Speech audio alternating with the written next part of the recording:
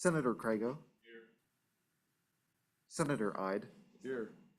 Senator McEwen. Here. Senator Pearson. Here. Chairman French. Here. We have a quorum. All right, thank you. First up, we're going to discuss Senate File 64. Would Senator Steinmetz please come describe the bill for us? Thank you.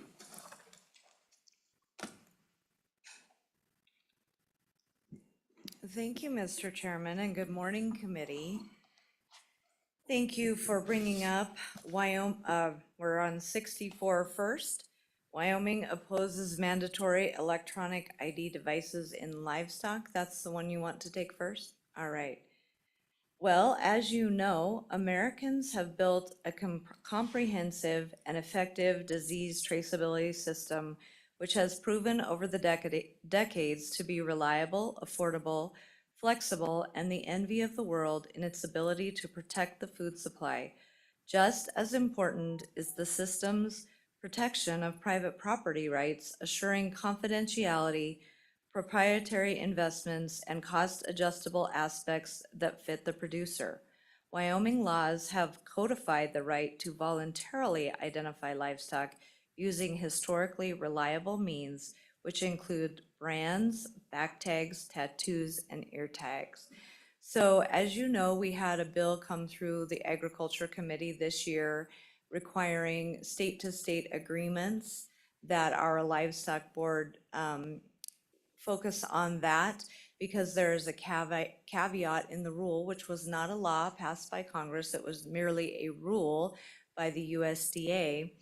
And that rule has been also challenged in court now, so we're awaiting how that will come out. And we have a new day in America and Wyoming, and we're hopeful that the new administration will be rolling back some of these onerous rules and regulations.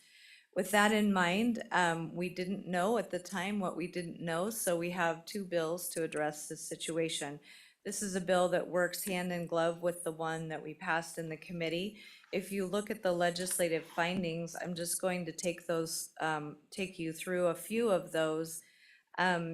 On page 2, line 14, if the United States Department of Agriculture and the Animal and Plant Health Inspection Service were concerned with and focused on preventing a livestock disease outbreak, they would stop the importation of livestock from countries that have known and documented problems with disease, and yet they do not do so.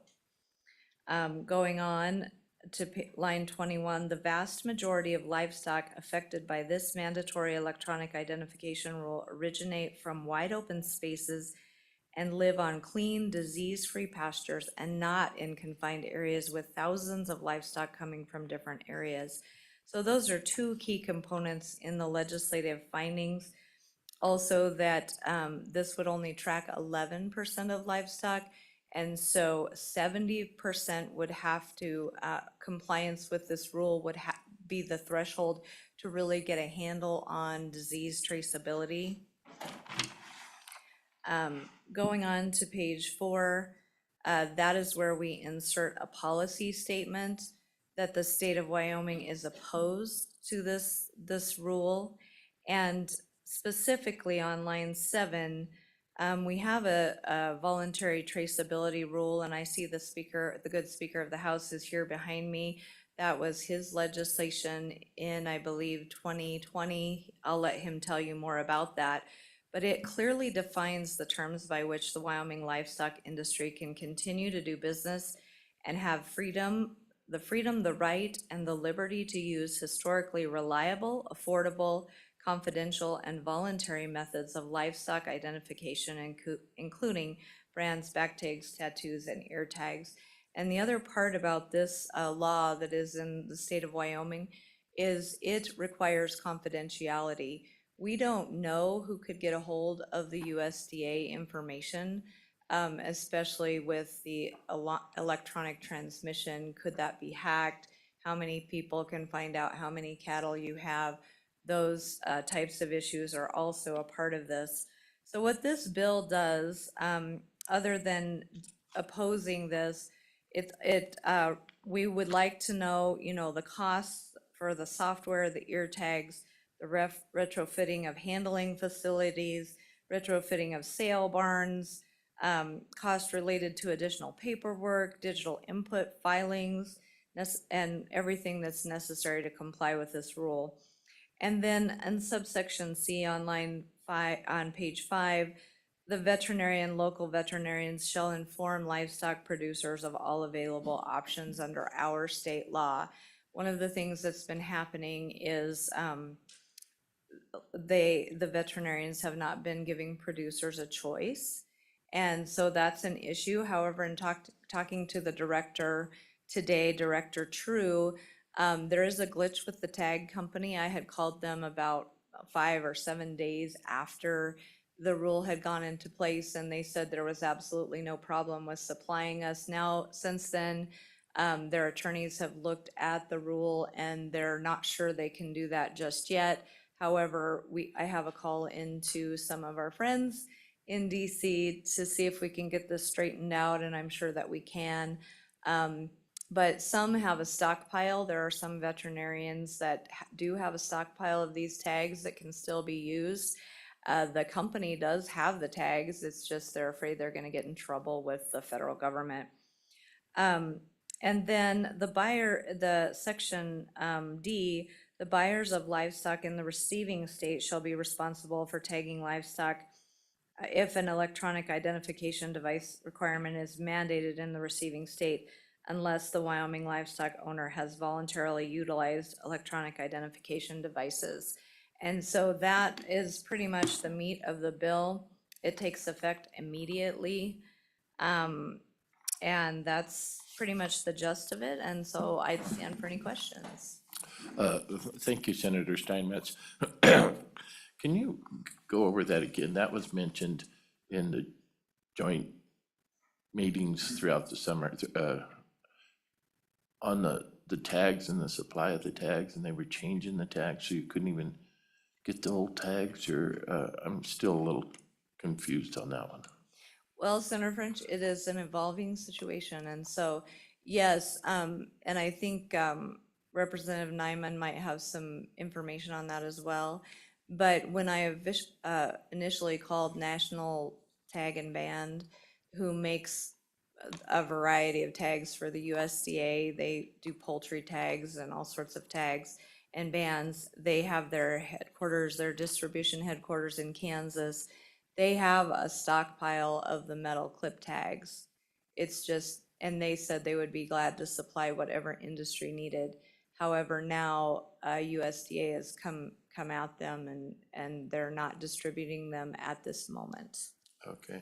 And that is new information to me that the director just told me about right on the front bench of the room here, so. Okay. Any questions of Senator Steinmetz at this time? Senator Ide. Thank you, Mr. Chairman. Thank you, Senator Steinmetz. This is a great bill. Obviously, I signed on to it, but it's just a suggestion, potentially, in committee of the whole, if we get it by here, is that it's really an unconstitutional law, the Department of Ag, and a reference in there that Wyoming authorities have the right to nullify this just because it is unconstitutional. That's all I can really see to add to this, is getting some language in there, just showing that, it's an unconstitutional law and we have the right to nullify that law.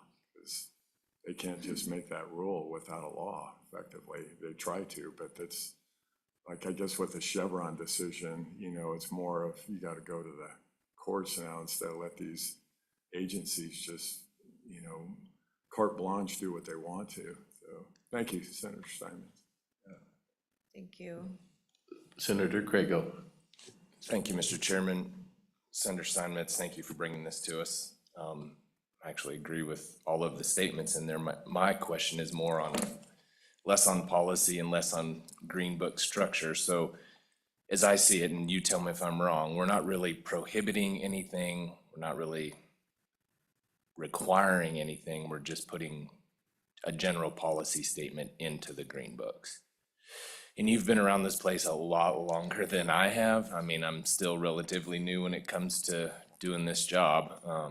I'm just curious if we do that if we've done it just like this anywhere else, or if you had thought about possibly just doing a resolution that doesn't take up space in the Green Book. I'd love your thoughts on that. Mr. Chairman, Senator Crago, actually, when we insert it as the policy of the state of Wyoming, that is law, and that should go into the green books.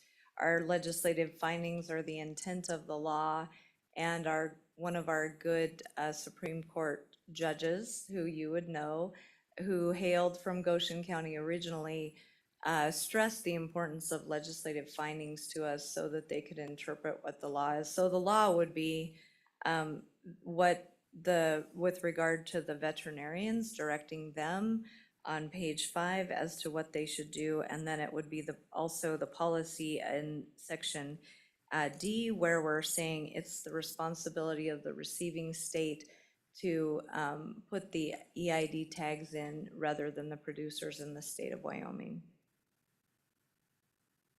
Follow up, Mr. I'm just Senator helping us Crago. get prepared for what the questions I know that will be coming when we get upstairs. So how can we require people from another state to do anything? I mean, our laws stop at the boundary, right? Whichever direction we go, we can't require a buyer or producer or anything in another state to follow our law. So how does that work? Thank you, Mr. Chairman. Senator Crago. Well, what we're saying is we're directing our livestock board that, and if you have a way to clarify this, I'm more than happy to hear your language. What we're doing is we're saying, look, we're not mandating it in Wyoming. So when they cross the state line, if they have the law, that's their law.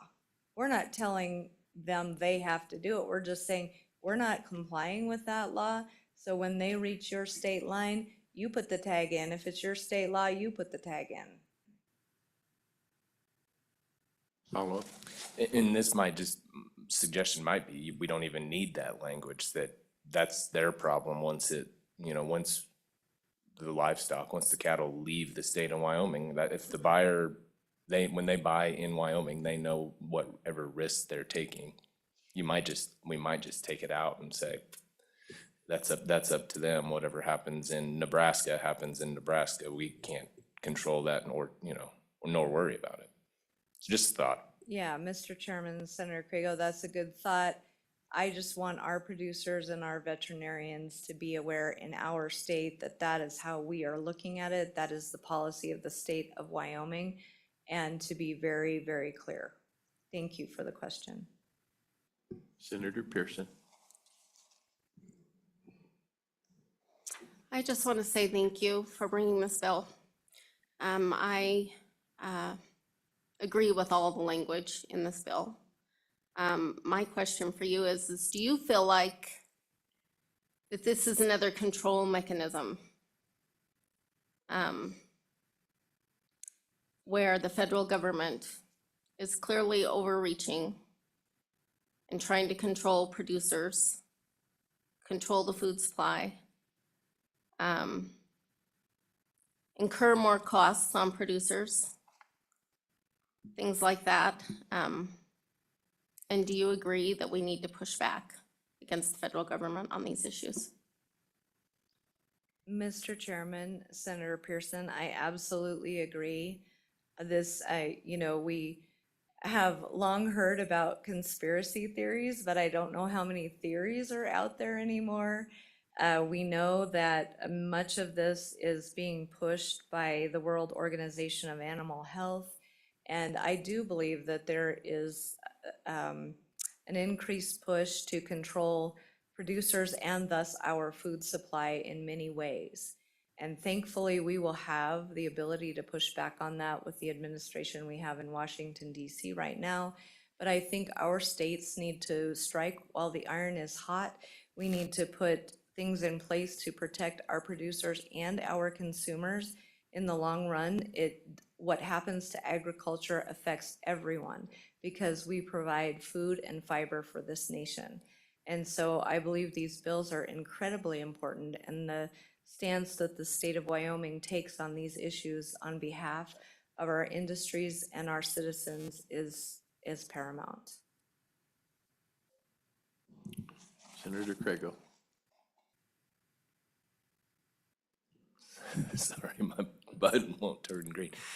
Mr. Chairman, thank you, Senator Steinmetz. So if we're not able to, and this might be a question we ask the director, if we're not able to acquire the metal tags, then what do we do? I mean, what would this law, this proposed law do if we can't get the metal tags?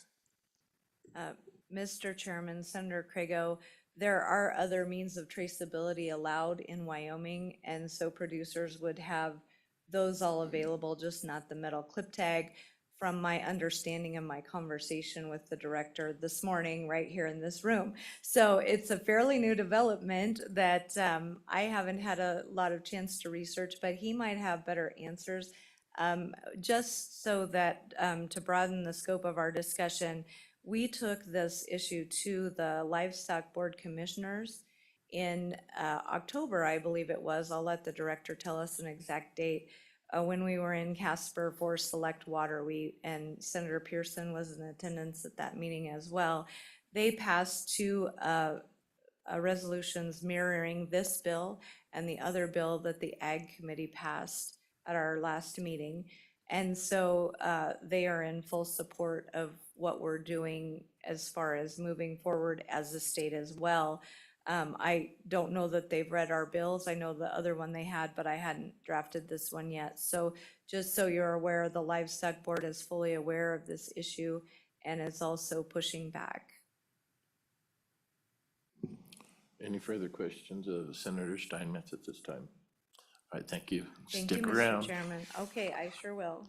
I'll open it up for public comment. No, that's fine. I don't want to take much of their time. Good morning, Senators. Good morning, Senator French, Chairman. My name is Representative Chip Nyman. I am House District 1 District Representative, and just here to speak on and in support of the bill. I was a part of this early on in 2021 when we passed the Animal Identification Choice Act, which basically codified the 2013 determination by the USDA to provide for multiple forms of identification and being able to provide traceability for our livestock. That was codified in the state statute, and that's what we're operating under. And this, even at that time, Senators, they could use EID, RFID, whatever their choice of identification for their particular operation. But it provided the opportunity for them not to have to do that. Well, in November of this year, an edict or regulation was passed down on all these folks, and I do feel badly, and I see my state vet and my state director here. To me, this is nothing more than leveraging our veterinarians. Say, you're going to do this, or you're going to risk your license or your ability to be able to operate or function in the state of Wyoming. If you don't put these EID tags in these folks, then you're the ones that we're going to use to apply the pressure. But here's my problem with this, and if you'll indulge me for just a brief moment. We're talking about the requirement that's being thrust upon states that are export states. Do you realize that in this edict, if an animal does not leave the state of origin, if that calf is born, lives its entire life, is finished, fattened, and slaughtered inside that state, there is no requirement for this. There is no traceability requirement. There's no follow-up. And this is only applying to animals that are 18 months of age or older that are intact. So we're not worried about evidently traceability and disease traceability in steers or slaughter heifers or anything like that.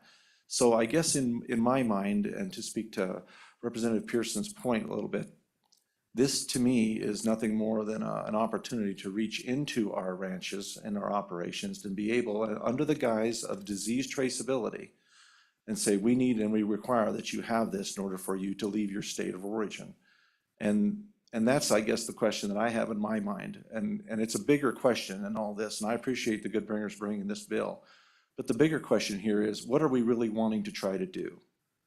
And because of Wyoming and other states like us that are basically export states that have to export our livestock out to be slaughtered if we so see fit, unless that animal dies in the state, this is a limiting factor on us because it's going to require that we have to provide information that many other states do not even have to be required of. So where is the disease traceability?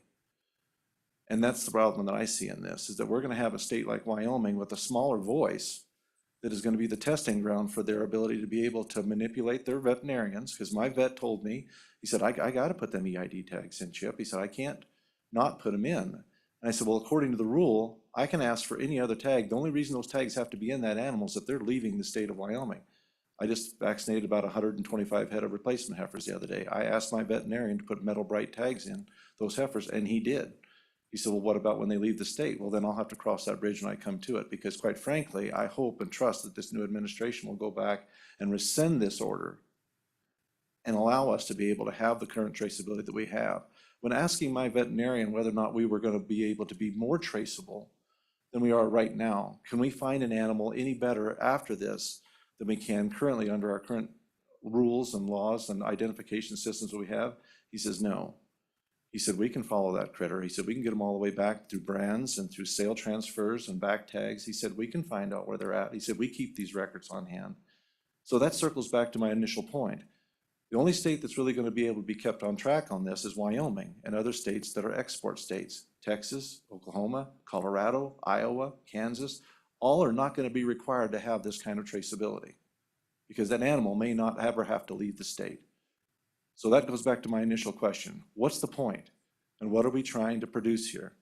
And that's where I believe, and I wanted to be a part of this legislation and come and chat with you this morning, is because we as Wyoming are better start standing up and pushing back. I feel badly for my folks that are sitting back here to my right. They're being put in a very difficult situation because they're being forced and said, if you don't implement this, then we're going to have to come down on your veterinarians that won't implement it if they don't follow this edict. And if the edict is that we're going to have a safer, better food supply, then I think everybody's in on that because America leads the charge in that. And yet to her point, the good senator's point, we will gladly import meat into this nation from countries that we know not of how that animal was cared for. We know not of what that animal may have been exposed to. But we're going to squeeze down on just a few states in this United States in an effort to start a program, which, and here comes the conspiracy theorist in this, and by all means have this on video. Then pretty quick, premises identification is the next thing that's going to happen with this, because the only way that you can have true disease traceability is you must have premises identification. And then what else could be attached to that number? Have you complied with all of the different things that are being required through regulation? Are you complying with the swamp buster, with the sod buster, with anything? Or have you complied with DEQ regulations? Those things can, and if we look at other countries that are implementing this right now, Denmark, Ireland, I mean, they're allowing this to be able to number the limit of livestock. We're seeing taxes being assessed on livestock based on global warming, on carbon, because they need to know the numbers. I do not for a minute believe that our state is involved in that, nor do they want that. But it bothers me that these USDA edicts are being passed down on our good state veterinarian and our state livestock director and say, if you don't comply, we're going to come down on you. Well, if you're truly wanting to try to make this country safer and keep our food supply safe, then make this go across to every state in the union. Make everybody comply, not just those that have to move their livestock across and out of state lines. Then it would make more sense. And I think that's the problem I have with this whole push, is that, to your point, Senator Ide, this is an overreach. This is yet another regulation that's being thrust upon people that said, if you don't comply, then we're going to limit your marketing ability. And that's what we need to be in the business of stopping in this state. And so for that, I would stand for your questions. Any questions of Speaker Nyman? Senator Pearson? Thank you, Representative, or Speaker.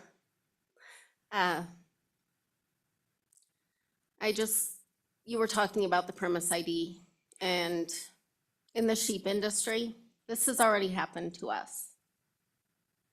And funny that we don't have to have a premise ID or a tag in our wether lambs, only in the intact animals, as you're saying. And that was for traceability of scrapie, or to be able to trace back to our ranch where those animals came from. And so it's the same thing, the same premise. And at the beginning of the scrapie program, the government said that they would pay for our tags. Well, lo and behold, probably, I don't know when that was implemented, but as of now, we have to pay for our scrapie tags. And for anything to go out of state that is intact, they have to have a scrapie number, or even to transfer from one producer to another. There has got to be a scrapie tag premise ID in that animal. So, and even to take them to slaughter in the state of Wyoming, in our local slaughter facilities, small ones, obviously, but we have to have a tag in them for that too. And on the brand inspection, it has to list the premise ID number. So, once again, thank you for pushing back, because we need to.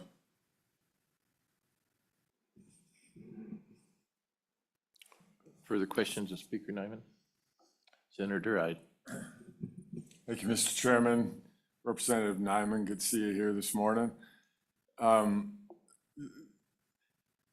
As I mentioned to Senator Steinmetz earlier, do you think it would help I think it would help the vets and stuff if it's codified in this bill that, you know, we recognize this as being an unconstitutional rule, and that, you know, we can effectively nullify that. I mean, if it's unconstitutional, we shouldn't comply to it if we don't agree with that rule effectively. Just your comments on that. Thank you, Mr. Chairman. Mr. Chairman, through you, Senator Ide. The problem is going to be what our state does is what our state does. I mean, they're going to, I mean, just like my ability to be able to put that metal bright tag in those heifers, my vet, he understood that. He said, no problem. I got tons of these metal tags. I bought a bunch of them, you know, to have them. You know, another part of this is the fact that they ran out of the plastic tags, I guess. They didn't have near enough to take care of what their needs were going to be. So now we're already, you can't even put them in. So I think they're actually in some places going back to putting in metal tags in the interim. So to me, it was fairly poorly thought out, and nobody put a lot of planning into the sheer volume and numbers and had it prepared for this kind of an edict to be thrust upon the people, which speaks, I think, to the sign of the lack of planning and stuff and, you know, putting this together. But anyway, I digress. As far as our ability to be able to speak to this and to put it in law, I would have to agree with Senator Crago in the fact that we don't want to just fill the green books with, you know, we don't agree with this and therefore we want it in our green books. I think our green books say it pretty clearly. In Wyoming, we respect the right of landowners and livestock owners to be able to identify those livestock the way they see fit. I am curious to know in the discussion of what it looks like that if that animal leaves the state of Wyoming, it's met all the compliances, and if it has to go to another state, then that state's gonna have those requirements, then whoever sells into those states, then that's what's gonna happen. I guess my heartburn is, you know, kind of saying that you need to put this plastic tag in, you know, because it's what they're asking for right now. Well, and that's my question. Then it comes back, so well, what if my heifers don't leave the state of Wyoming? They're my replacement heifers and they grow and they die here and that's it. That option really wasn't offered to me until I asked for it, you know, and I mean, granted, livestock producers, it's handy when that calf's in that chute and you're giving it that Bangs vaccination, put it in, because you know, you probably may need it someday. But I guess it all circles back, Senator, to the idea that why do we need it? And if we don't ever question why we need it, and we don't ever wonder why these things are being thrust upon us and the necessity of it, and the fairness and the equal play out of it all, then I have a real problem with that. And I think we do need to push back. And if putting language in our green books, and if the good Senator Crago can maybe, you know, help us understand better how that would look and to do that, but Wyoming needs to send a message, sir, in my estimation, that we don't have to just roll under and do this. And here's another ironic part of this, and I feel like I need to bring this up. I can lose that tag. But you know what they look for when I send a cow over to Belle Fourche or St. Ange? They look for the tattoo in her ear. That's all they care about. My metal bright tag can fall out, and a lot of them do. But that animal is not Bangs vaccinated unless she has a legible tattoo in her ear. And they will kick them back if they don't. And so there again, it's just like I'm trying to wrap my mind around the necessity of this. I'm having a hard time seeing it, but I do have a pretty easy view of there's a bigger picture here that is being thrust upon us. And I would appreciate if our Wyoming would stand up and say, you know what, I think there's bigger things at work here. I've already got a nice, bright, legible tattoo on that cow's ear. That ought to be enough, because whether or not that tag's in their ear, that doesn't matter. So, just for information. Thank you. Further questions of Speaker Nyman? Oh, Senator McKeon. Just trying to wrap my brain around this. I want to make sure I understand, so I'm going to ask you. The impetus of this bill is really behind protecting veterinarians. Everything else we already have and we can fall back on. Do I have a good concept of what we're trying to do? Thank you. Mr. Chairman, Senator McEwen, I would believe that that is the effort here. And I think that our director and our state veterinarian can speak to that as to whether or not that was going to be accomplished through this legislation, or through this proposed Senate file. That would be my interest in this, is that I would like to see our veterinarians and our folks that are in business to be able to have some protections and some coverage. But, you know, they're overseen by the USDA, and I mean, they get their licensure and their ability to operate, and they can have their licenses pulled and all these different things if they don't do some compliance. And so, and I hate the fact that they're putting these people in this position, because to me, unless it's even and required for all. I just heard the other day that there was a steer calf caught in a feedlot that had a disease that they're trying to trace back. And he said immediately they found the owner of that calf, where that one calf had come from. There's no electronic identification required in that animal, but somehow they immediately found the home herd where that animal came from. And so that another part of this, you know, speaks to the what doesn't make sense to me. And so, but yes, I believe the folks that will hopefully come up and fill in after can give you a better insight as to what this will provide for our state and our veterinarians and the folks that are responsible to carry out this responsibility. So, Further questions of the speaker? Thank you, Speaker Nyman. thank you, Other Senators. public Appreciate the opportunity. Yeah, other public comment?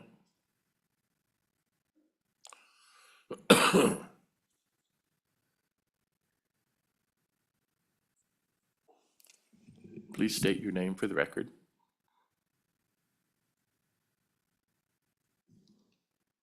I'm Nancy McCann, and I represent the Powder River Basin Resource Council. They're out of Sheridan. They have a motto for their group: working together for a better Wyoming. And this bill is right in line for a better Wyoming. We represent about 1,500 members, and they consist of ranchers, landowners, scientists, townspeople, business owners. And we think that this particular bill is, well, it does support the veterinarians. It also supports to be able to have the freedom and choice for animal identification. And so we know that the federal government, they do what they do, but Wyoming always has a choice. And we are the bottom line, because we are Wyoming, of course. And so we think that the ID tags that they're requiring are more expensive.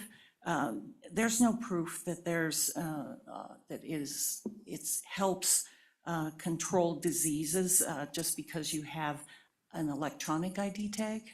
And so for years, ranchers have had these choices. So why do we need to now have this new choice by federal government? And so the group had also passed a resolution back when this first started, and we definitely support this bill and want to make sure that it moves forward. We do have someone online who is a board member of the Powder River Basin Resource Council that is willing to help testify on this, but we're here to stand in support of the bill, and we hope it goes through. Any questions? Okay, we'll get to that person after we Okay. get the public comment from the room. Thank you. Thank you. Other public comment?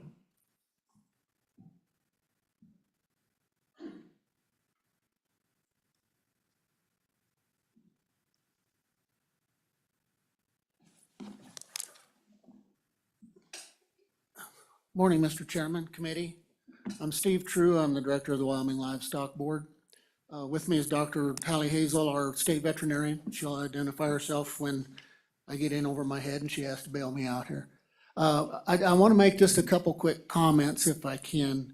One kind of to reference one of Senator Crago's comments about the Green Book and the good speaker's response is that on November 15th, my board passed 2 resolutions, and you should have those in your packets that pretty much mirror these bills. And they have the policymaking ability and the authority to direct us to do these MOUs between states, which they have done. So we are working on that process. So I think my board would ask if redundancy is a little problem with the 2 bills based on their resolutions. I have no qualms either way. But we are already following the resolutions that you have on your desk. None of us, and particularly my board, likes that word mandate that went along with this process. That's the nexus of the resolutions. Want to make sure that everyone's clear that as an agency and in staff, we don't appreciate the way this is worked either, but our job is to implement what's possible and necessary in order for our producers to do the commerce they need to do. So I want to put that up front. I'd like to also respond, before we get to questions or Dr. Hazel's comments, I'd like to respond to Senator Steinmetz on the tags. I think when she talked to the tag companies, as she said, they didn't know what was coming down their pipe yet. I've talked to the 2 remaining metal tag companies in the last week, 4 times total. And she's pretty well correct. I don't think they knew their policy beginning right after the rule was passed, but they are not allowed to distribute any USDA official ID, individual ID metal tags for cattle or bison after November 5th. The official individual ID for those species in the rule is the RFID or EID plastic tag. So those tags will no longer be distributed. They do poultry bands, as she mentioned, and scrapie tags. And so they have USDA contracts, but they are not able to distribute the metal tags anymore. At this point, official individual ID by federal rule is that EID tag.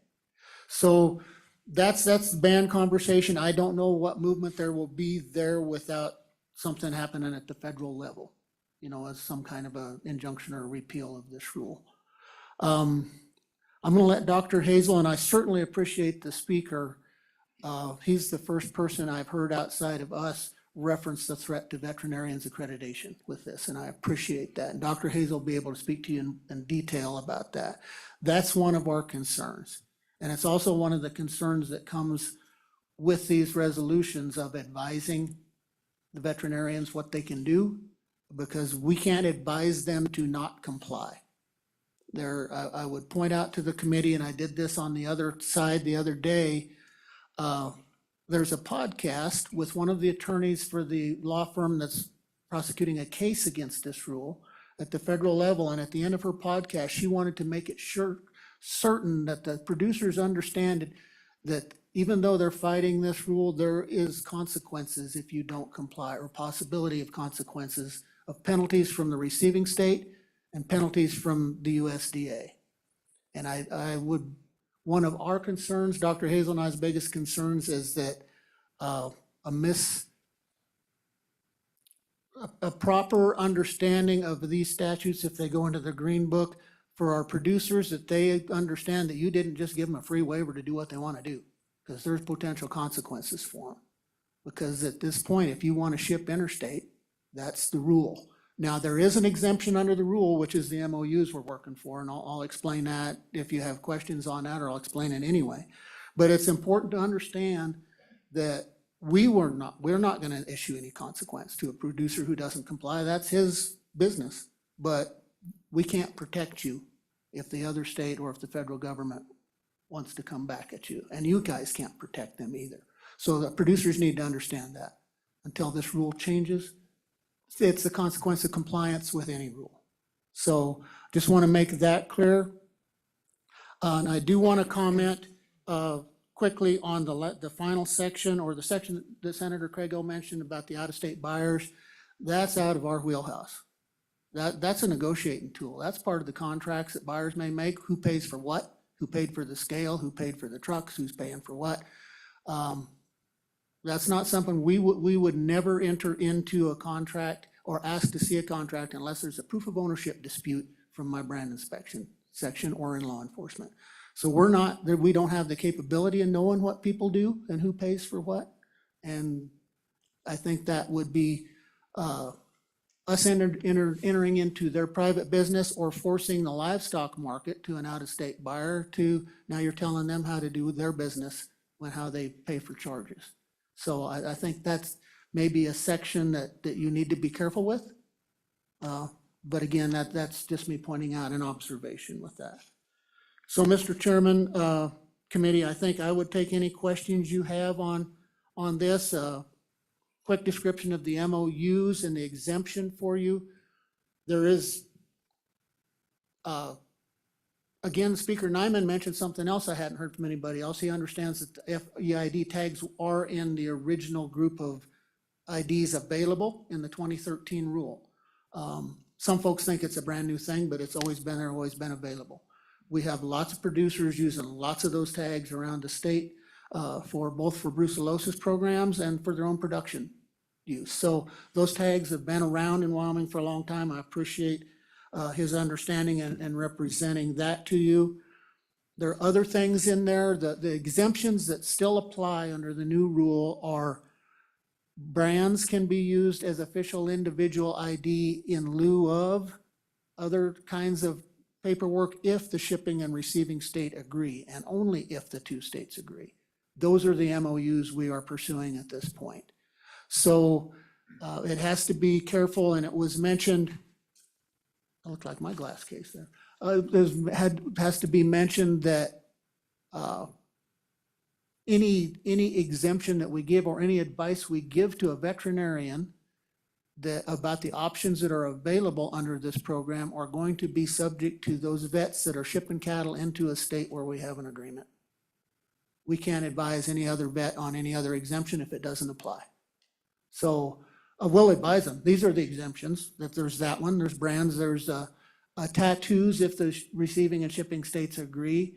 A lot of those are breed registry things, as are, in fact, that's the place where tattoos mostly come in, is in breed registries. And it says that in the original rule, if the two states agree. We have not had a request from that from any of the breed organizations in the state. We'd have to look into that if that came forward. So that's kind of the nexus of where we are with the two resolutions. Our board has already acted on this. Feel free if you want to act as well. I'm concerned a little bit, and I've talked to Senator Steinmetz briefly about it this morning. There's you have a mirror bill or a similar bill on the other side, but the languages are different, and how you reconcile those into the Green Book in a fashion that some of our producers can understand would be helpful. But I think that's it. I think Dr. Hazel wants to certainly talk to you about the accreditation process and where the threats to the vets are and what they're required to do if you don't have any questions. Yeah, first Senator McEwen, and then. Boy, I'm confused. I think what I heard was by November 5th, these RFID tags had to be implemented. And then I think I also heard there's not enough RFID tags to implement it. So we've just painted someone in a corner, made a requirement that they can't follow. My other question is, we have the 10th Amendment. Why can't the state get behind that and basically tell the USDA to pack sand? I'm not a big friend of the USDA for many other reasons, but so where do we go from here? If I'm growing cattle and I have to have this tag, but I can't get the tag, but I'm open to discipline if I don't have the tag. Thank you. Mr. Chairman, I think I'll pick a couple questions out of that. Yes, November 5th was the active date of this final rule. Now, I should point out that if you have those metal tags, if they had been applied prior to that date, they are grandfathered in. So if you have some mature mother cows and you need to send them that have the metal bite tag or an orange bangs tag metal, and you need to send them to Nebraska to corn stalks, they're good. You don't have to add that EID tag. That tag is grandfathered in prior to. Starting November 5th, the only tag that is to be applied is that EID tag. So the metal bright tags cannot be applied anymore. There's a little bit of question about a banks tag, but the way we read the rule, our interpretation of the rule is the EIDs are required for vaccination and testing as well. So that's that part of it. This is an interstate movement program. That's the federal government. We control intrastate movement. Speaker Nyman's cattle, he sells them in state. Those tags are great. The metal tags are fine. But if they have to go out of state, then that's the USDA rule applies. And it's your choice as a producer, do you comply? The second part of that, the shortage of tags, there's some issue with supply, mostly due to the budgetary process of your federal government and the money they can apply through the CRs. They had X amount of dollars to buy X amount of tags on their fiscal process. Our allotments are running, Dr. Hazel can tell you how fast our allotments come in and whether they serve our purpose. Because we typically distribute a lot of tags just for our brucellosis program outside of this rule. And I'm not sure those counts coincide in the federal allotments. So she can address that. But I think I touched on most of it. I don't know if I helped anything, Senator McEwen, but those are kind of the questions I pulled out of that.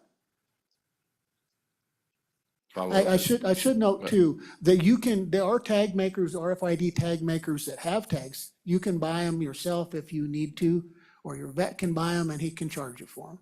The tags that we distribute are free to our state's producers. So there's those two different things.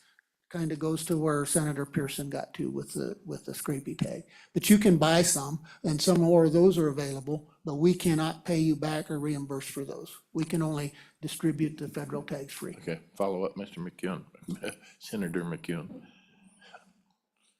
Mr. McEwen's my father. Okay.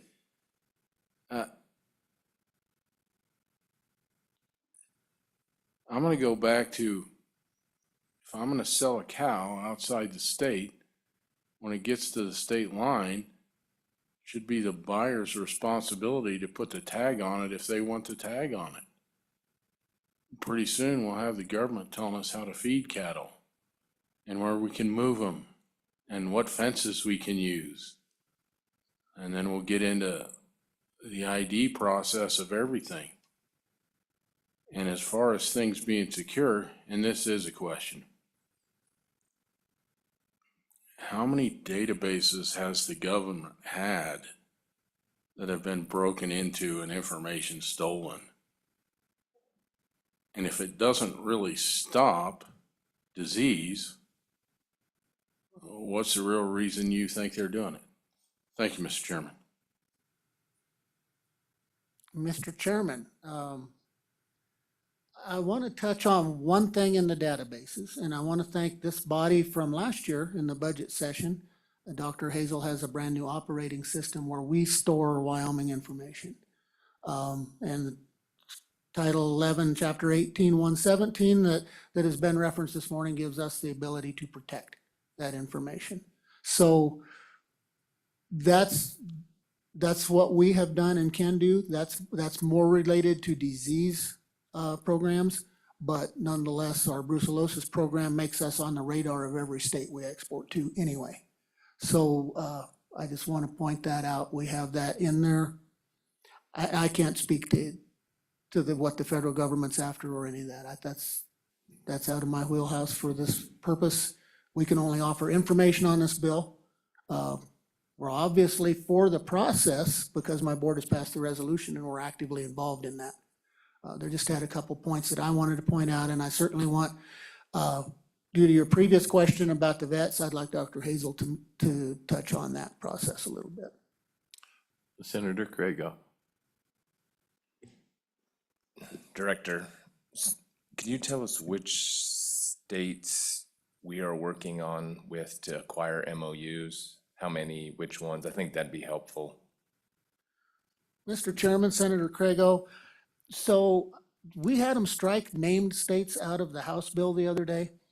They had put in 7 states that were the states we mostly export to, but involved in that were states that don't have brand inspection.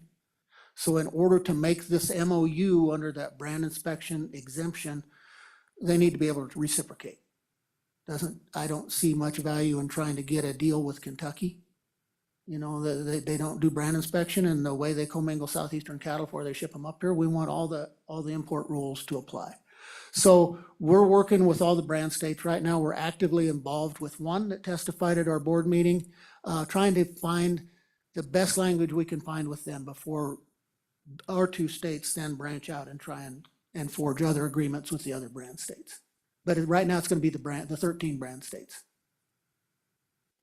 Mr. Chairman, follow up? Oh, yes, Senator Craigo. Sorry for my babbling here. Senator Craigo. Director, just for everybody else's edification, could you run down those so everybody knows that? Which of the 13 states you're talking about? Mr. Chairman, I'm sure I'll forget one. I do, if anytime anybody asks me to do a list, I'll forget 1 or 2. So North Dakota, South Dakota is half state brand, Nebraska is half state brand. They may be difficult because of that.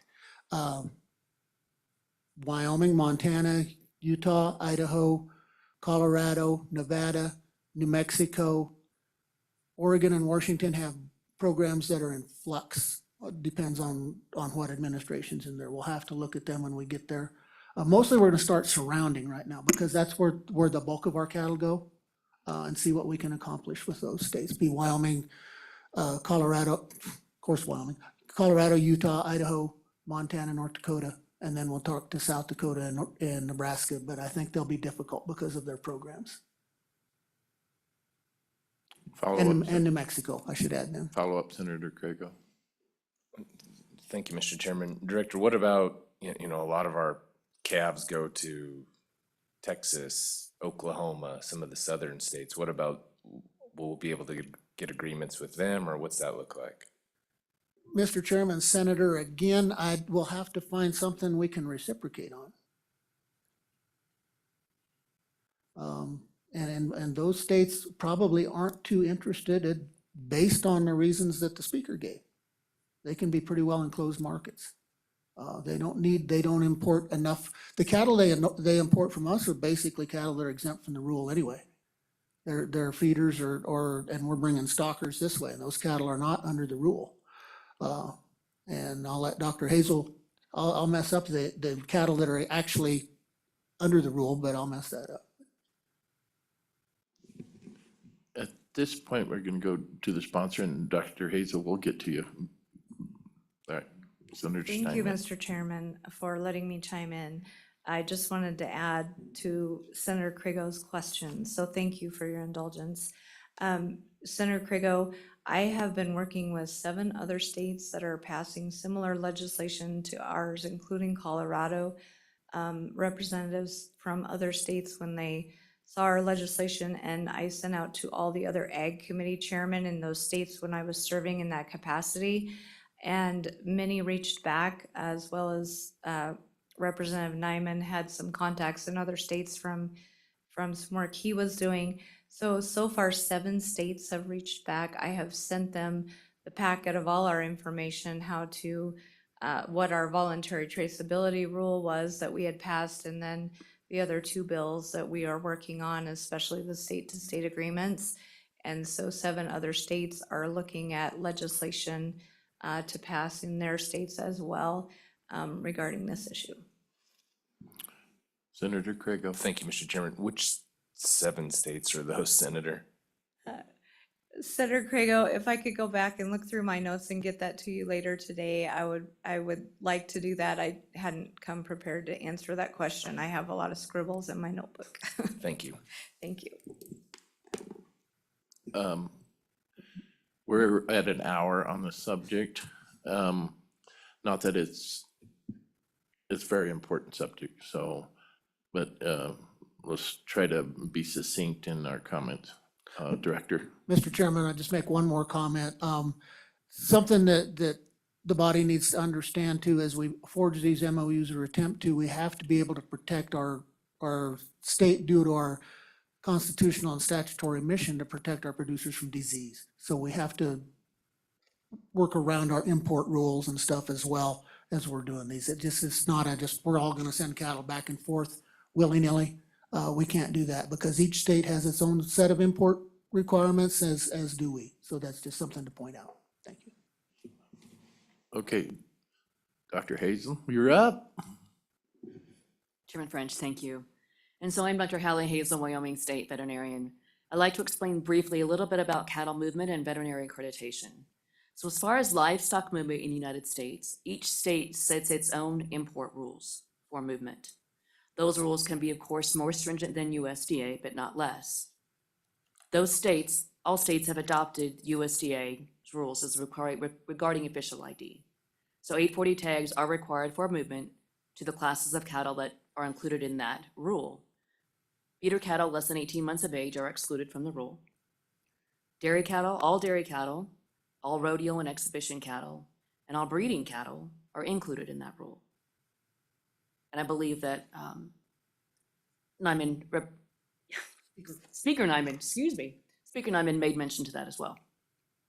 But as far as movement is concerned, a veterinarian writes a certificate of veterinary inspection, commonly known as a CVI.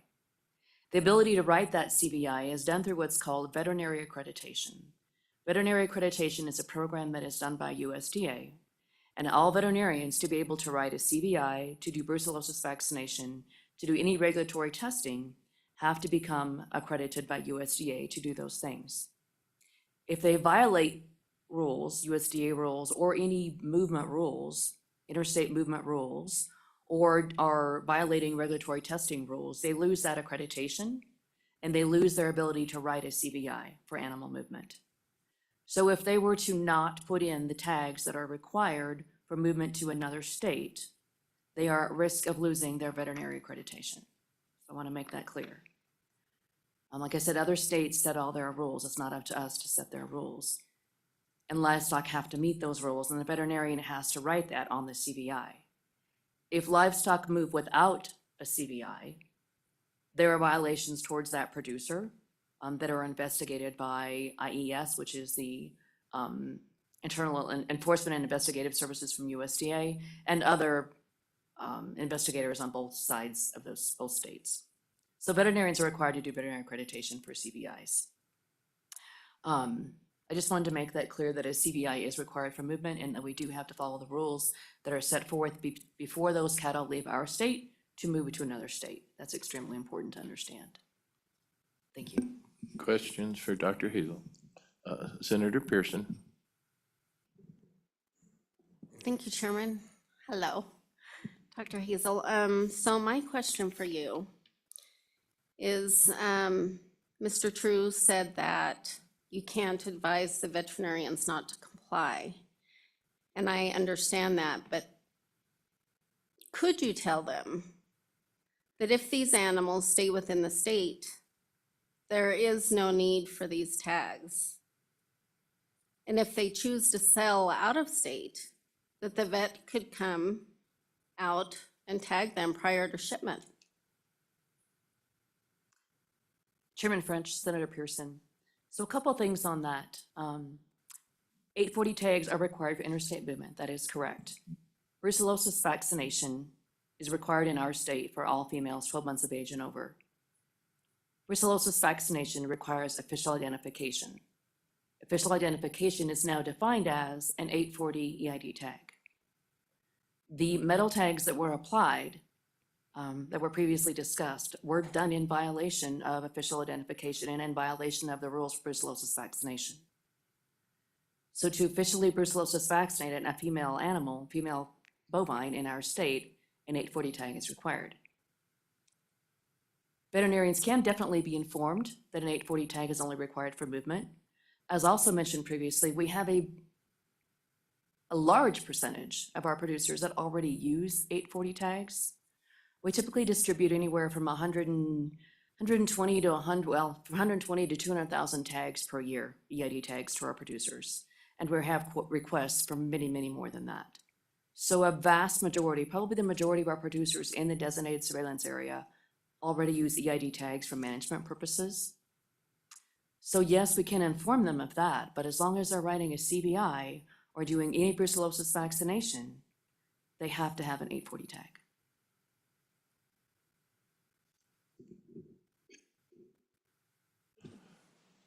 Senator Ide. Thank you, Mr. Chairman. I'll try to be short here. It sounds like, it goes to Senator McEwen's question of why. What's the impetus behind all of this if it's not to cure disease? To me, I don't know. I go back to COVID and all of these. It's about compliance. It's about obedience to the federal government. I mean, I think just listening to this, the accreditations, the licensing, they put the fear in those people. And so they don't want to lose their livelihood. I understand that completely. It almost needs to be, I mean, I know during COVID, there was a lot of people that didn't comply with those unconstitutional government overreach. And they never got challenged because the federal government knew that they didn't have a leg to stand on effectively. It was an edict, it was a decree that they decided they wanted to do. So would you agree that if there was a strong veterinarian that said, I'm not going to comply and it ends up in court, we would potentially and probably win this as an unconstitutional law? That's my question. Thank you. Chairman French, Senator Ide, I cannot agree nor disagree with that statement. Mr. Chairman, Senator Ide, I would only say that in my recollection of reading that lawsuit that's been filed against this rule, that's mentioned in there. Senator Craigo. Thank you, Mr. Chairman. Dr. Hazel, so you talked about the CVI, which I call a health inspection. It's what I know them as. But so how will this particular law affect the proposed law that we're working on today? If at all, will that affect our veterinarians' ability to write a health inspection to complete the CVI process? And if so, how? Chairman French, Senator Craigo, understanding we are required to enforce what we have before us. We still have to instruct our veterinarians that they have to meet all interstate movement requirements when writing a CVI. The part of it that comes into play is where establishment of the MOUs with states regarding brand movement. And the states that we have that capability will make sure that we inform our veterinarians of that. And that's actually probably more what impacts the vets than this does. Veterinarians understand that an 840 tag is required for movement only. Since we are an export state, the majority of our producers, as mentioned, will put those tags in when it's convenient when they run those animals through. We can only enforce this to the extent of what is legal for interstate movement. So I cannot go tell a veterinarian that you can use anything you want for interstate movement. I still have to abide by those rules for interstate movement, that you must have an 840 tag unless it's grandfathered in with a metal tag, or that it does not apply to that class of animal. So I can enforce it to the extent that it doesn't violate interstate movement rules. Follow up, Senator Craigo. Follow up, Mr. Chairman. I'm just trying to get to drill right down to the heart of the matter, and because I appreciate what the good senator's trying to do. I mean, I think we all do. But I'm trying to find out if this is going to have a negative effect on our veterinarians or not. And there's really only one person I think in the room that could answer that, and that's probably you. So could use some help on that. Dr. Hazel. Chairman French, Senator Craigo, If we were to enforce this as written, our veterinarians could be in violation of accreditation and possibly lose their accreditation and their license. That is correct. Director, Mr. Chairman, just quickly to address part of another part of Senator Craig's question. So that health inspection would now, instead of listing, if we had an agreement, we'll say we had an agreement with Colorado.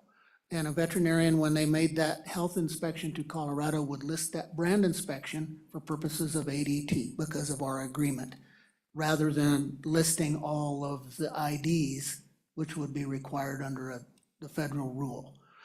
Not to say that Colorado's agreement wouldn't say, we still need the official IDs because these cattle are coming from your DSA.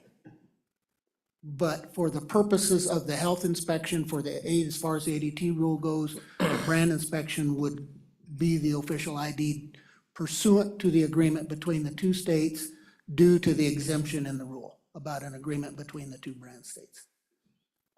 It's important, though, to understand that even if we do that, that receiving state's probably gonna want something just because of our state's exposure to brucellosis. But it'll be apart from the ADT, it'll be a disease program. Senator Pearson, then Senator McEwen. Thank you, Chairman. Just a question. So if people do not choose to comply, and you're saying that the vets have to have these tags for a brucellosis test, don't you feel like that the people in this state that don't want to comply with the federal government, and they've seen what has gone over the last 4 years, don't you think that we're going to have a bigger issue with producers that decide to choose not to have any of their animals brucellosis vaccinated? And where is that going to lead us?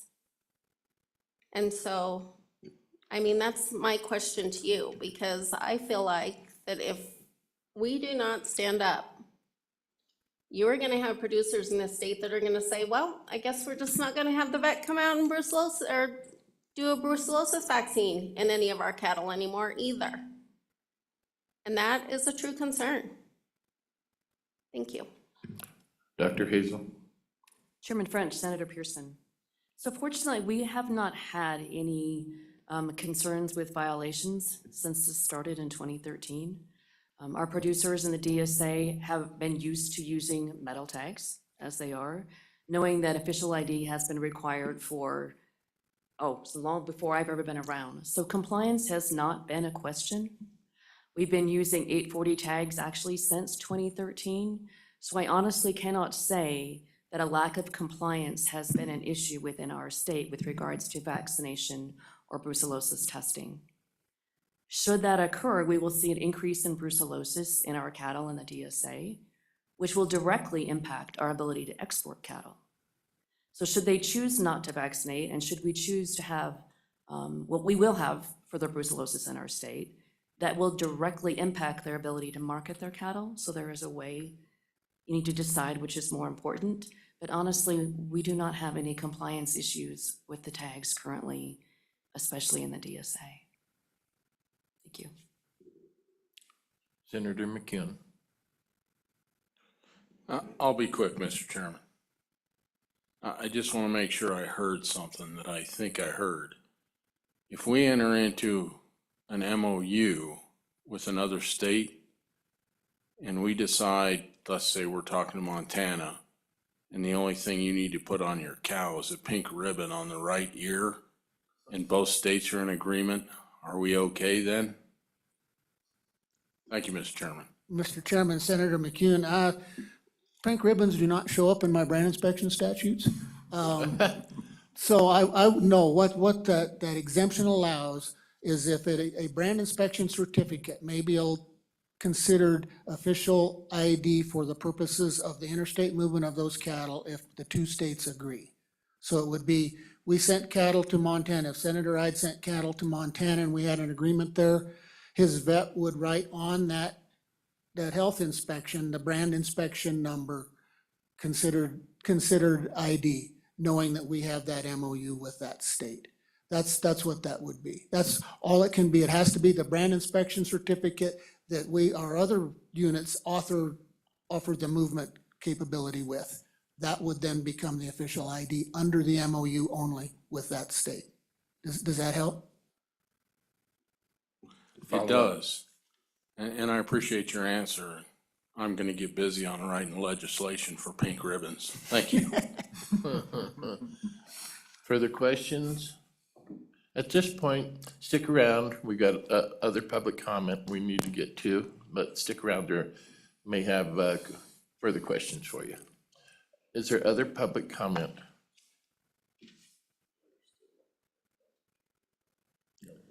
Clayton, is there somebody online?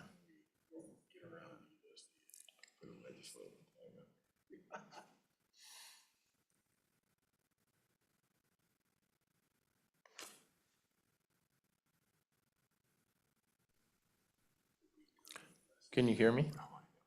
Yes, Mr. Chair, can you hear me okay? Yes, please state your name for the record. Thank you. Good morning, Mr. Chair, members of the committee. Kelly Carpenter with the Wyoming Farm Bureau Federation. Thanks for the opportunity to join you virtually this morning. I'd like to comment in support of this bill on behalf of our membership. Since 2010, the Wyoming Farm Bureau Federation has been opposed to mandatory livestock identification beyond those pre-rules requirements. Our longstanding policy of retaining traditional methods of livestock ID with the option for voluntary market-driven solutions has worked. Mandating an electronic system for disease prevention is above and beyond what is necessary to protect America's beef supply. Additionally, we'd like to emphasize Speaker Nyman's comments regarding Wyoming being an export state.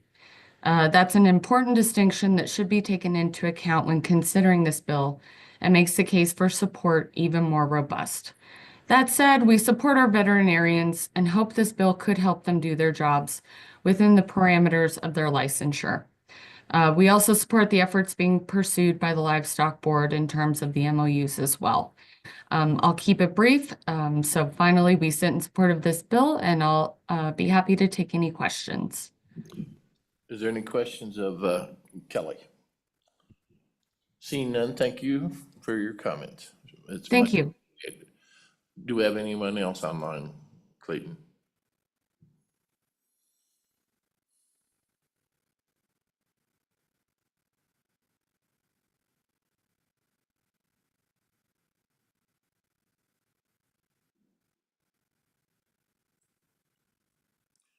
Can you hear me?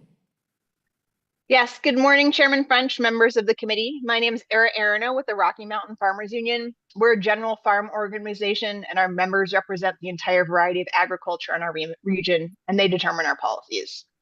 We too oppose any electronic or biometric identification program that is mandatory being the key word. Others have already touched on the reasons, so I'll leave it at that. We support this bill. Thank you. I stand for questions. Thank you. Any questions of Eric? Thank you so much for your comments this morning. All right, thank you. Is there any other online? There's one more online, okay.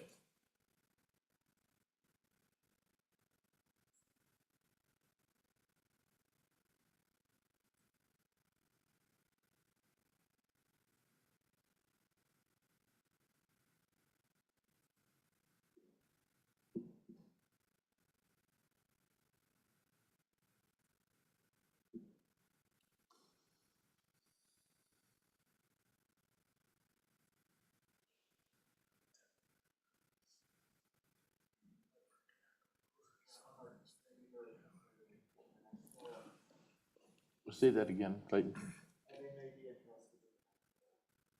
Okay, all right.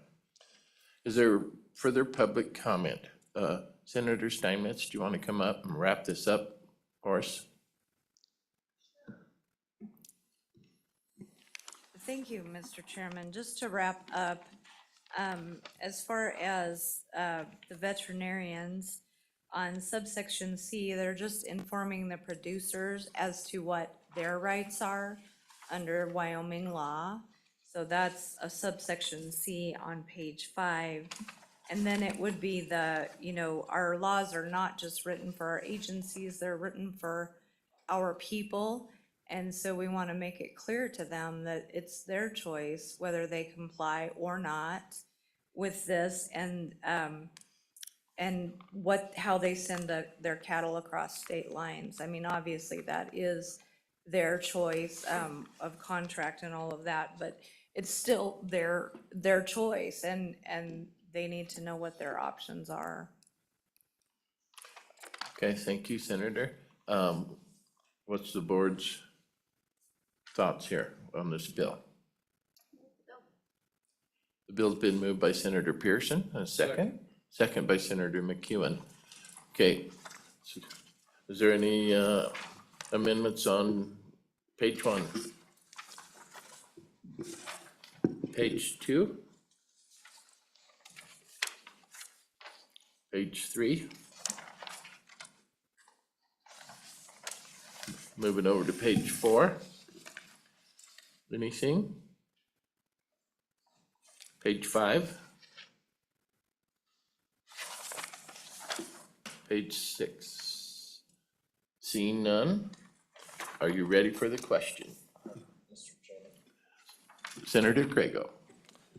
Thank you, Mr. Chairman. I just wanted to, I guess, I will probably be voting aye, at least for purposes of today. I may not when we get to the floor. I was particularly concerned about the testimony from our state vet and what predicament this is going to put some of our veterinarians in. And I mean, I understand the statement that it's up to our producers to do what they want, but at the end of the day, it's really not. At the end of the day, our veterinarians are only going to issue, they're only going to issue a health inspection if it complies with federal law. They're not going to put their licensure nor their way of making a living at risk to issue a health inspection.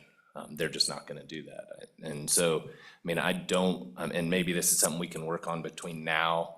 I mean, maybe we can work on some of the language so that we can, between the good sponsor and our state vet, and figure out some language we can put in there to clean that up so that we are not creating false expectations for our producers, that they don't have to follow the federal law. Do I want them to have to follow the federal law? Absolutely not. But I also know our vets aren't going to be able to issue health inspections. And so maybe we could work on that. Just wanted to explain my thoughts, why I'm voting yes today, but unless we're able to clean some of that up, probably will not be able to support it on the floor. Thank you, Mr. Chairman. Thank you, Senator. I think this bill, this is a important enough issue that we need to move it on to the floor. And like Senator Craigo said, maybe we can add, maybe whoever's concerned about it can get with the sponsor of the bill and help make it to where it moves on. This is very important to our producers out there. Senator Ide. Thank you, Mr. Chairman. I agree with a lot of that conversation, and I'll talk to the bringer of the bill. You know, it's just a suggestion, as I mentioned earlier, but I think just to not belabor this, I think language in there would help maybe the state vets and anybody, if we had Wyoming officials have the authority under the U.S. Constitution to nullify the rule outright, just something along those lines, to have something on the books that shows that we've got something in statute. So, thank you, Mr. Chairman. Call for the question. Question being called. Roll call. Clayton. This is a roll call vote for Senate File 64. Senator Craigo. Aye. Senator Ide. Aye. Senator McEwen. Aye. Senator Pearson. Aye. Chairman French. Aye. Mr. Chairman, that is 5 ayes. Okay, thank you. Next up is Senate File 84. This is Senator Steinmetz. Would you please walk us through this? Thank you, Mr. Chairman, and thank you, committee. Senate File 84 is Country of Origin Label USA Beef. And I have provided you with a handout today that shows you some of the labeling and other things. Oh, and I forgot to give you an amendment. If that's okay,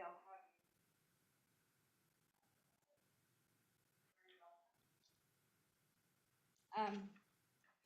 So basically, the bill just requires that if it's born, raised, let me just read it clearly. Beef that is derived from cattle born, raised, slaughtered, and processed in the United States shall clearly be labeled as a product of the United States of America. And you might wonder, why are we asking our American-raised producers to label rather than the other way around? And that's because we don't possess the authority to try to make those importers do that. That would be a federal law, and there used to be a country of origin labeling law. It, at one point, I believe, did apply to beef, but right now it applies to, and it's in your packet, farm-raised fish and shellfish, wild fish, bunch of shellfish. I'm not gonna read all that. Muscle cuts of lamb, chicken, and goat. And then, you know, some others, fruits and vegetables are required, which are perishable agricultural commodities, peanuts, pecans, macadamia nuts, and ginseng. All of those things require country of origin labeling. So this was an attempt to kind of get around the federal nexus of it and just require USA beef labeling for those specific areas. The labels could look something like the picture I provided to you. As most of you know, who were on the Ag Committee previously, we toured a USDA processing plant owned by my daughter and son-in-law, and labeling has become more and more cost-effective and easy to accomplish through all of the systems that are provided right now. So it wouldn't be an onerous task to get those things labeled. It would be great for producers with the farm to fork movement, the local food movement taking root, and also so it would be a value added possibility for producers, but it would also be for consumers so that they can understand and clearly identify where their food is coming from. One of the things that we did previously, and it is in the statute where this is inserted, is when we had the fake meat coming into grocery stores, and maybe Senator McEwen knows better about this than I do, how this law has worked out, but we required that to be put in a different section and not be labeled as meat in our grocery stores. And so that was something that's been successful here. So that's pretty much the bill. The amendment, if I could take you through that, it just says that for purposes of this paragraph, beef labeled as United States of America beef shall include meat processed and clearly labeled as Wyoming beef, local beef, or beef with some other specific indicator that beef qualifies as beef of the United States of America under this paragraph, provided the beef is derived from cattle born, raised, slaughtered, and processed in the United States. And this came from a constituent who called and said, I have my packaging all put together. It identifies that it's come from my ranch and where the ranch is located. Would that qualify? And so that's what this was intended to address, so that they don't have to change all of their packaging and label it only USA beef. So with that, Mr. Chairman, I don't want to take any more time because I know we're running a little behind.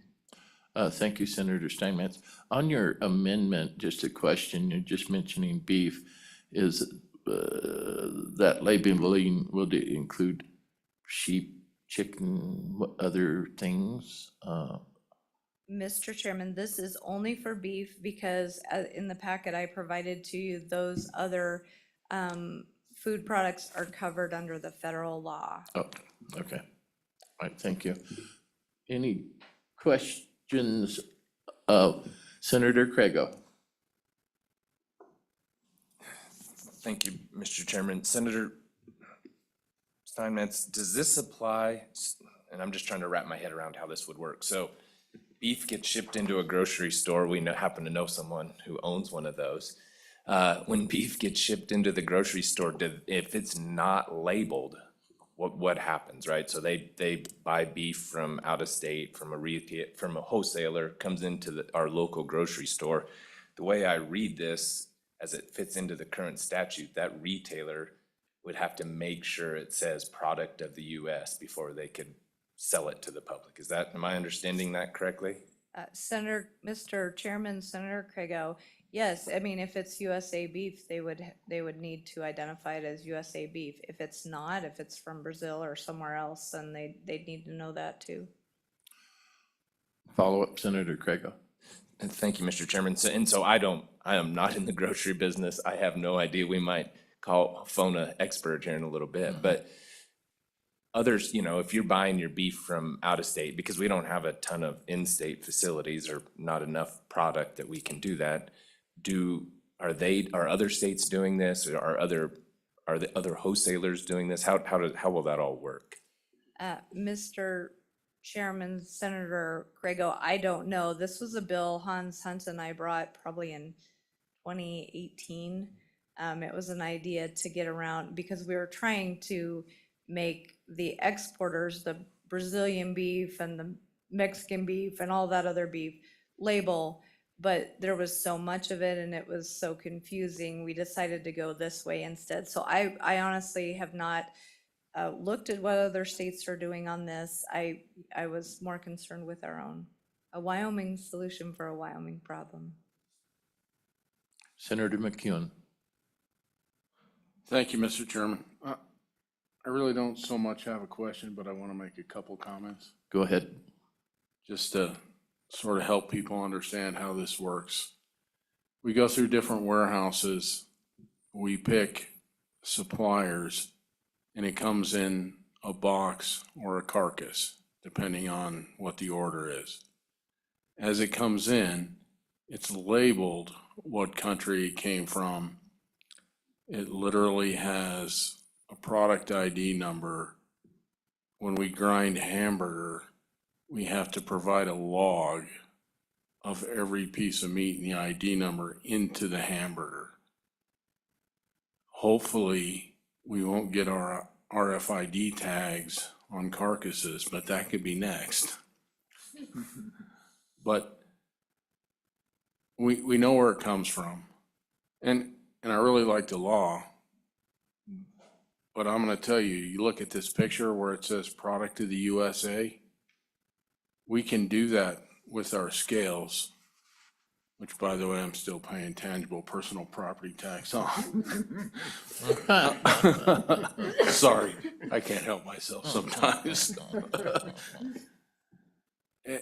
We already do this because all the beef we do sell does come from the USA. We're not buying South American beef that's put on a boat and literally cut and packaged in China and sent back on an airplane.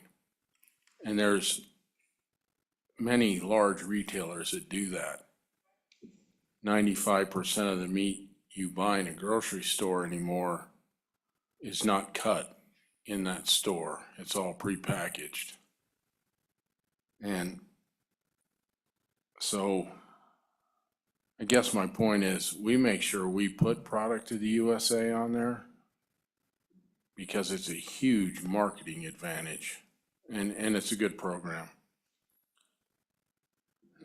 I won't get into fruits and vegetables and all of that because that is a pain. Vegetable growth moves around the globe depending on what time of year. But avocados primarily always come from Mexico. Yeah, bananas, believe it or not, most of them come from Thailand now. So I stand in support of the bill, and I hope what I said helps everybody understand what goes on in that meat room at your local grocery store that still cuts. And I do have one other shameless plug. I think we need to start looking at legislation also to allow people like me to buy your cow and cut it up in my store. The way it sits now, if I have a mobile plant, I can do it, but I can't actually do it inside the building. And we would still label it product of the USA. Thank you, Mr. Chairman. Thank you, folks. We got 20 minutes at the most on this subject. Any other questions of Senator Steinmetz? Stick around.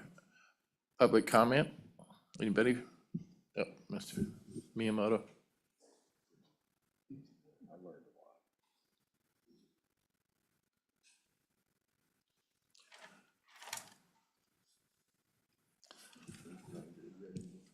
Please state your name and who you represent for the record. Good morning, Mr. Chairman, members of the committee. I'm Doug Miyamoto. I'm with the Department of Agriculture. With me today is Justin Latham. He's the manager of our Consumer Health Services Division, also with the Department of Agriculture. For today's bill, Senate File 84, we certainly appreciate what's being attempted with this legislation. I understand the desire for this information. A lot of that's available from time to time, as Senator McCune has already let us know.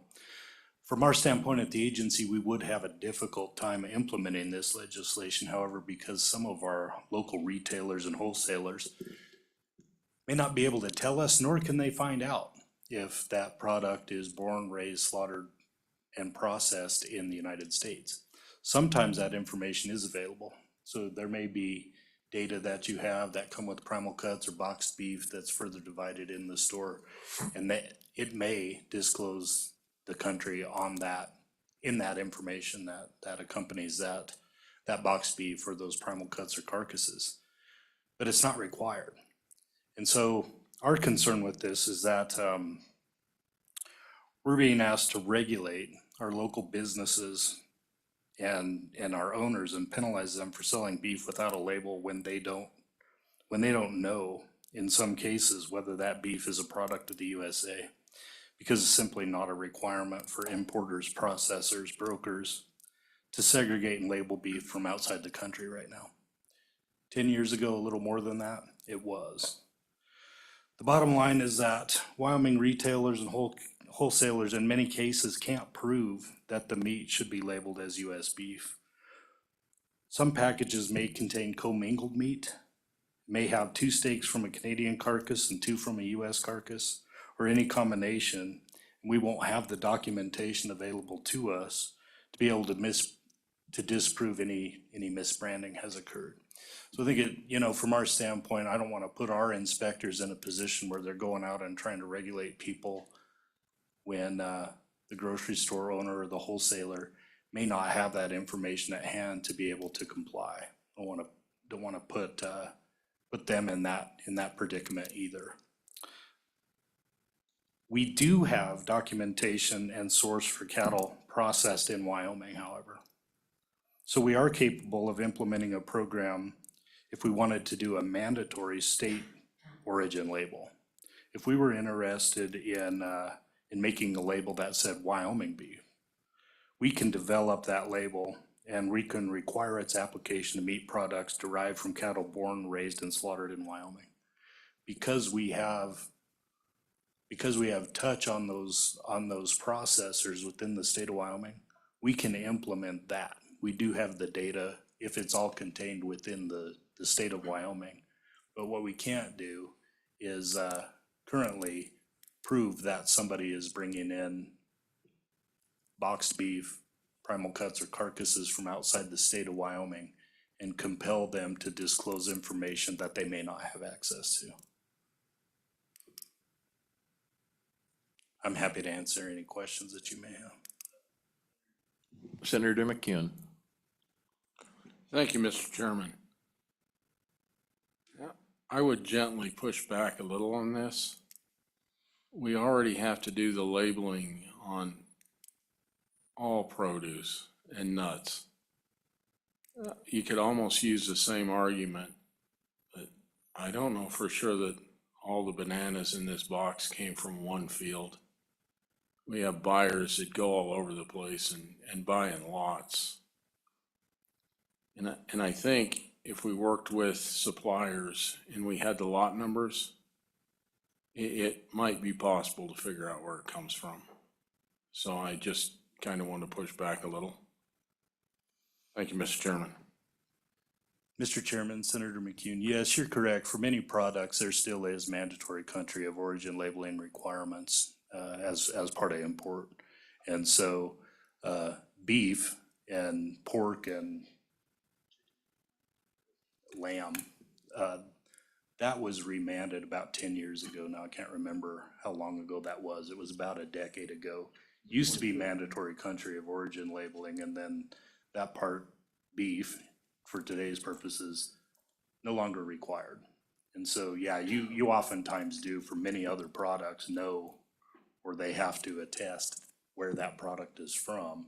That's just not currently a requirement for beef. Further questions? Thank you much. I think, Mr. Winnie, we're gonna wait on you for a second, if that's okay. We're gonna go to, Mr. Chairman, one thing I forgot to bring up, I do have a proposal if you did want to pursue a similar requirement for a Wyoming branded beef product. I have a draft where we struck out some language that you could add to the bill if you're interested in that, but that's only if you want it. okay, do you have that written out now? I do. Enough copies for everybody? Okay, if you'd please send that around. You bet.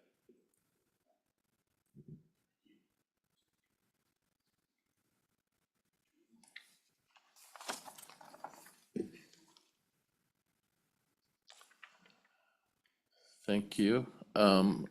Mr. Winnie, and like I said, we're gonna go online because there's been people waiting for an hour and a half to speak their mind. Clayton?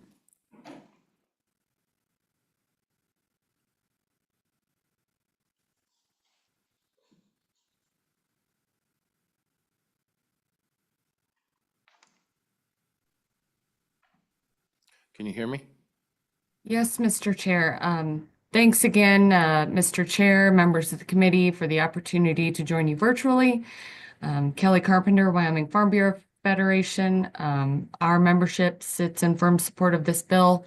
My members have policy that supports country of origin labeling and appreciate this legislation. It's a good step toward bolstering the marketing power of domestic beef products. I'll keep it brief, so that said, I will take any questions you or the committee may have. Thank you for your testimony. Any questions of Kelly? Thank you very much. Thank you. Clayton, do we have anyone else? Okay.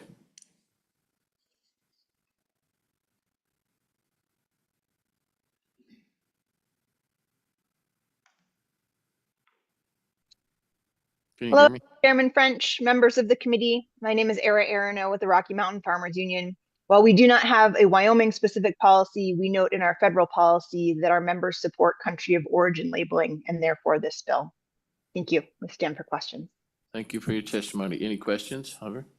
Thank you very much. Clayton, do we have anyone else? I believe that's it, Mr. Chairman. That's it?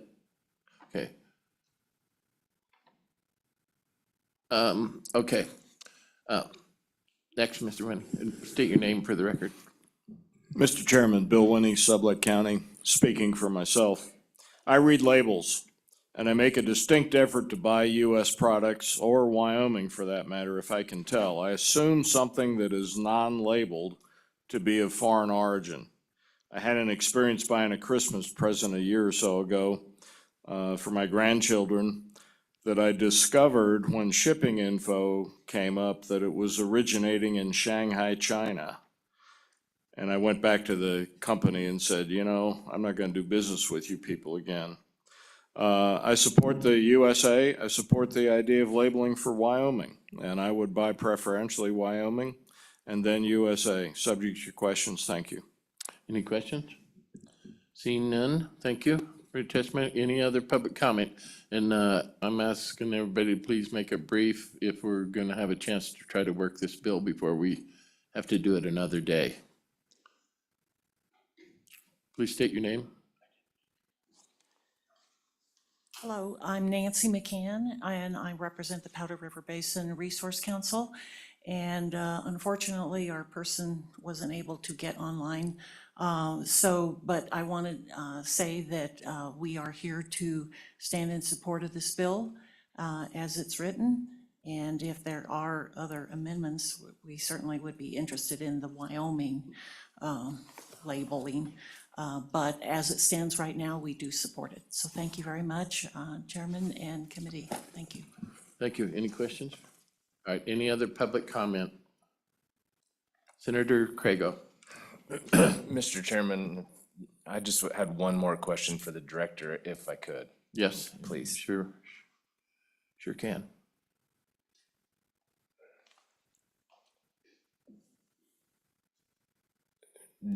Mr. Chairman, Director, I was just, we have a fiscal note that doesn't have a whole lot of information on it, and I didn't know, just based on your previous testimony, whether we're gonna have to have additional capabilities within your staff to implement this or not, what that looks like, if you're good to go, or if we need additional folks to actually do the work that's gonna be required by this. I'd just like to know what it's gonna cost us, Sure. if anything. Mr. Chairman, Senator Craigo, no additional costs. We were initially concerned about how deep or how far up this food supply chain would the expectation be for our inspectors to go. I think it's pretty clear now it's wholesalers and retailers. We already do that. And we're already in the Wyoming plants and we can do that with existing staff. Thank you. Any other public comment? Seeing none, public comment is closed. Senator Steinmetz, will you please bring us home on this and speak to your amendment and the other proposed amendment, please? Thank you, Mr. Chairman. My amendment is just so that if people have it labeled local beef, Wyoming beef already, that applies to USA beef. So that's all that amendment does. As far as the other amendment, you know, I'm thankful that Senator McEwen was here to tell us how things work in the grocery store end. I know the processing end, and I know that carcass is tracked all the way through and ID'd. So it's up to your committee whether you want a Wyoming label or a USA beef label. I think either way, it is an improvement on the system we have now, so. Okay. Go ahead, Senator Ide. Thank you, Mr. Chairman. Yeah, I'm glad you commented on the other amendment from the good folks from the USDA there, Wyoming Department of Ag. Yeah, sorry. Don't insult anyone. We demoted you, sorry. Your opinion of that, to me, that weakens the bill, but what are your comments there, Senator Steinmetz? Thank you. Chairman French, Senator Ide, I agree with that. I would like to see us stick with the USA beef. But if for some reason the committee would choose to go with Wyoming, I think that's still an improvement on what we have right now. Further questions? Quickly, Senator McEwen. Sorry, I'm No, really you're interested in You're this. good, you're good. Just as a side note, most of us, if it's from Wyoming, we put both USA and Wyoming on it. Thank you, Mr. Chairman. Thanks, Senator. Other questions? Okay, what's the feelings of Move the bill. the committee? Bill's been moved by Senator Ide. Second. Pardon? I was gonna, after we move it, I was gonna go with that. Seconded by Senator Pearson. There's an amendment on this bill. Does anybody want to move the amendment? Second. Amendment's been moved by Senator Pearson, seconded by Senator Ide. Comments on it? Question? Those in favor of the amendment, say aye. Aye. Opposed? Okay, back to the bill. Are there any other amendments? On page 1, page 2, page 3, and 4. Any further comments on this bill as amended? Senator Ide. Thank you, Mr. Chairman. Are we addressing the amendment that was proposed by the Wyoming Department on this discussion right now, or where are we at with that? Thank you, Mr. Chairman. That's up to the committee. Do you want to propose that or not? I think we heard from Senator Steinmetz on that. Her feelings on that at this point. Senator Steinmetz, could you come back up and comment on that, please? Mr. Chairman, thank you. I believe the bill is stronger the way it stands with the amendment we just made, because that amendment allows for Wyoming labeling, and then this would be the USA beef. And I do believe consumers really want to know where their product comes from, and they want to know if it's a product of the USA. I would like to see it remain as is. Thank you. Anybody want to propose the other amendment or leave it as it is, as amended? All right, as is. Any other comment on it? All right, roll call on Senate File. God, I didn't bring my eyeballs today. 84, thank you. As amended. This is a roll call vote for Senate File 84 as amended. Senator Crago. Aye. Senator Ide. Aye. Senator McEwen. Aye. Senator Pearson. Aye. Chairman French. Aye. Mr. Chairman, that is 5 ayes. That bill has passed. Any other things to come before the board? The committee? If not, the Ag Committee is adjourned.